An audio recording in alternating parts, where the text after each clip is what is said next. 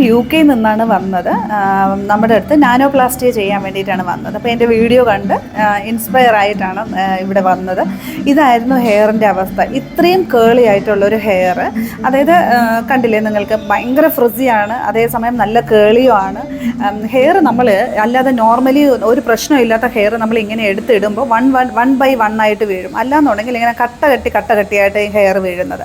അങ്ങനത്തെ ഒരു ഹെയറാണിത്. ചെയ്ത റിസൾട്ട് നന്നായിട്ട് ലാസ്റ്റ് ചെയ്യാൻ വേണം. ഹെയർ അതിൻ്റെ ഡാമേജ് എല്ലാം മാറ്റി കുറച്ച് ലോങ് ലാസ്റ്റിംഗ് ആയിട്ടുള്ള ഒരു ട്രീറ്റ്മെൻറ്റാണ് നോക്കുന്നത്. അതുകൊണ്ടാണ് നാനോപ്ലാസ്റ്റി ചെയ്യാൻ തീരുമാനിച്ചത്.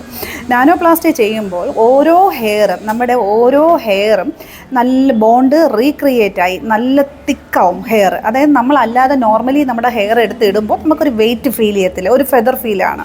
അതേസമയം നാനോപ്ലാസ്റ്റി ചെയ്ത ഹെയർ എടുത്ത് നമ്മുടെ ബാക്കിലേക്ക് ഇടുമ്പോൾ നമ്മുടെ ഒരു വെയിറ്റുള്ള സാധനം വന്ന് വീണതായിട്ട് നമുക്ക് ഫീൽ ചെയ്യും. അത്രയ്ക്ക് നന്നായിട്ട് ഹെയർ ബോണ്ട് റീക്രിയേറ്റായി ഹെയർ നല്ല തിക്കാവും. അതാണ് നാനോപ്ലാസ്റ്റിയുടെ ഒരു പ്രത്യേകത. കംപ്ലീറ്റ് ഡാമേജ് എല്ലാം മാറി ഹെയർ നല്ല സിൽക്കി ആൻഡ് സോഫ്റ്റായിട്ട് കിട്ടും.